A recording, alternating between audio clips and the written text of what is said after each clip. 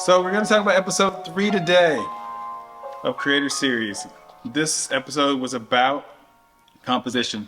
So the key to any photograph is to have good composition.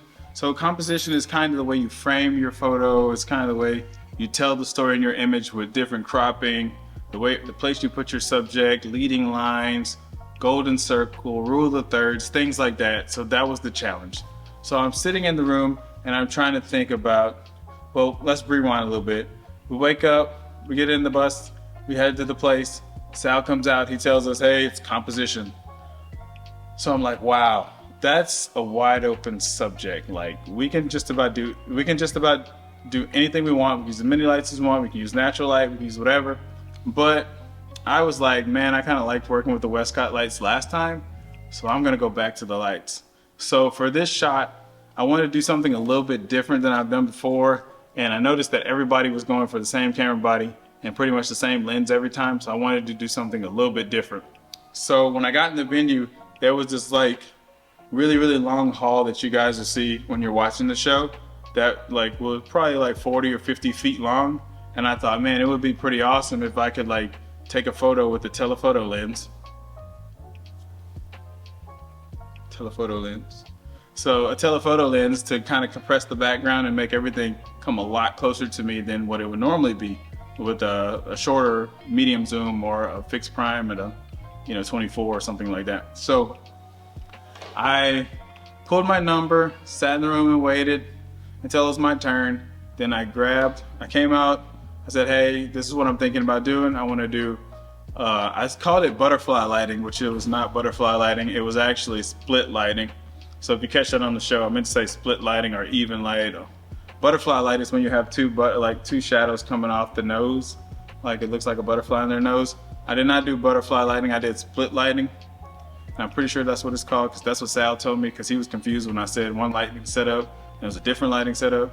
So anyway, I took a light and put it on this side, and I took a light and put it on that side. Both of them same power. And then I put the young lady, the model, Haley. You can find her on Instagram, Haley. We'll throw her name up here somewhere for you guys to follow her on Instagram. And I put her at the end of the hall, and there was these two humongous doors.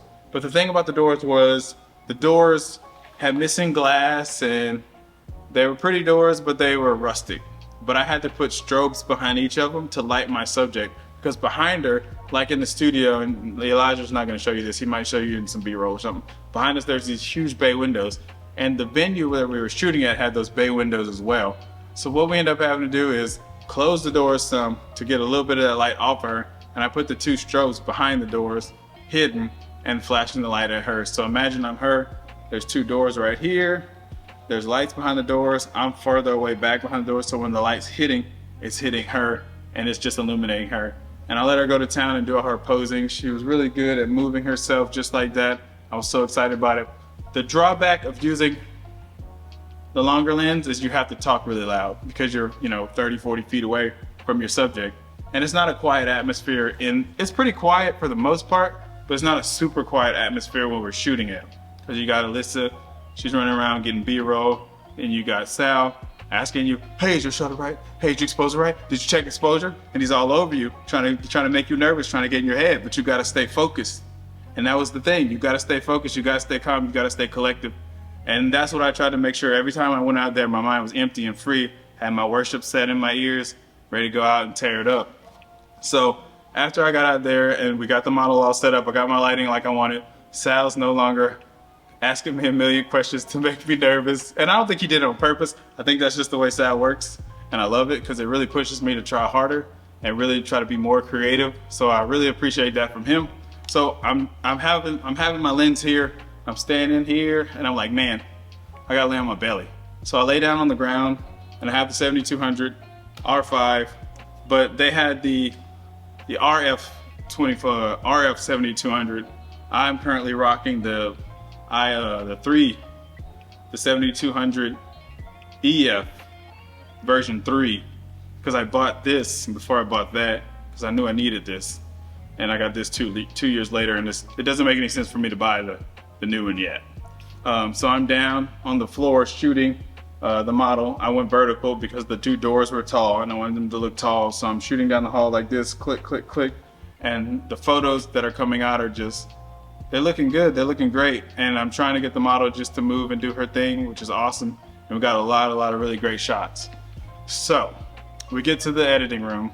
Well, we shoot our 10 minutes and I get to about minute 8. I'm gonna backtrack a little bit. I get to about minute 8 and then I realize, oh, I've only shot in one place. So this could be an epic failure if I don't get the right shot.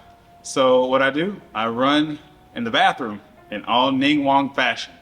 And they had this really cool like stained glass, and I had this idea of taking like a strobe and shooting it through the stained glass, and it was just gonna gel my light and it was just gonna look really cool with all the cool colors and stuff.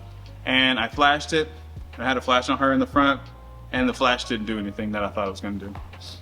So I went in the editing room, I saw those shots, I realized I didn't have anything but the hallway, so I shot the hallway. So I get out of the bathroom, I go sit in the editing room, I wait till Sal gets back with the cards and he's tantalized and say, got 30 minutes. So I wait for my 30 minutes, I edit, I find my photo, I get the photo, and I'm like, man, there's a lot of stuff to edit on here.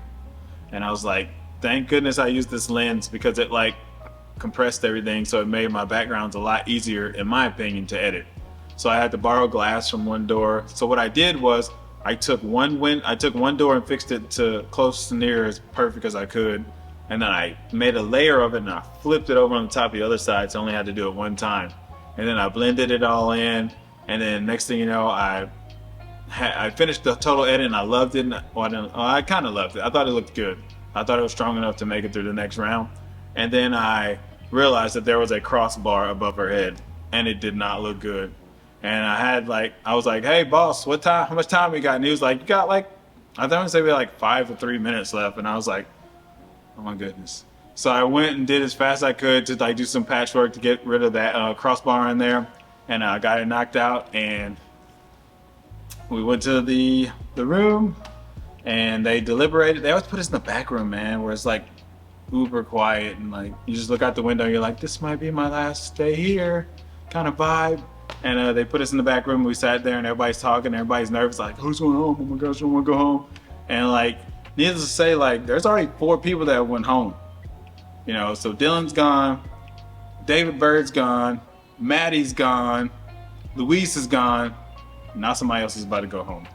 And we're sitting back there waiting, and then we get in the little line. You saw how they make us line up and they're like, creators, you guys did some great images. That part, right? The part that everybody sees on the show. So we're standing there.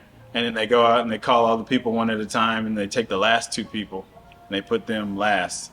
Thankfully, I wasn't the last 2 people because that would have been bottom or top. I was just kind of in the middle, so they called me up, and then I was safe. So we'll try to walk you guys through that edit that I did, and maybe add some of that to this video if we can find a cool way to add it. But yeah, I just want to give you guys a brief little recap over episode 3. If you got questions, put them in the comments section. If you got if you want more detail on anything, or you'd like to see another video for us to make on episode 3, let us know. We're more than happy to give you guys the content you want to see. So Leroy Tatamy here from Tatamy Photography, top 3 finisher on Creator Series, Canon for lifer, and I am signing out. Peace. All right, guys, thanks so much for watching that last video. I hope you enjoyed it. I hope you learned a lot of great things. If you have questions, put them in the comments below as usual. So I want to give you guys an update on what we got going on. So I will be speaking at the following conferences starting in January. I'll be at SPAC in Las Vegas. That's going to be at the end of January. You can find the dates here, which Elijah will put. And then also we'll be speaking at Imaging USA in Louisville. That's the day for that conference. And then we'll also be speaking at Sync in Orlando. And I'm super excited about Sync. Sync is the first conference that reached out to me. I went there several years back. Darty is just amazing. So I'm super excited for Sync, which will be in February. You can find the dates here as well. So can't wait to see you guys in person. We're also working on some workshops that we're gonna have possibly in the Lake Charles area. If you want to travel in, we give you guys all the specifics to spend some time with us and learn a little bit more about photography and how we do it, just a little bit more in depth. So stay tuned visit LeroyTatamy.com to see more information about upcoming workshops that we're gonna actually host at our studio. So thank you guys for watching, and as always, stay cool, be good. If you can't be good, then be careful. All right, later.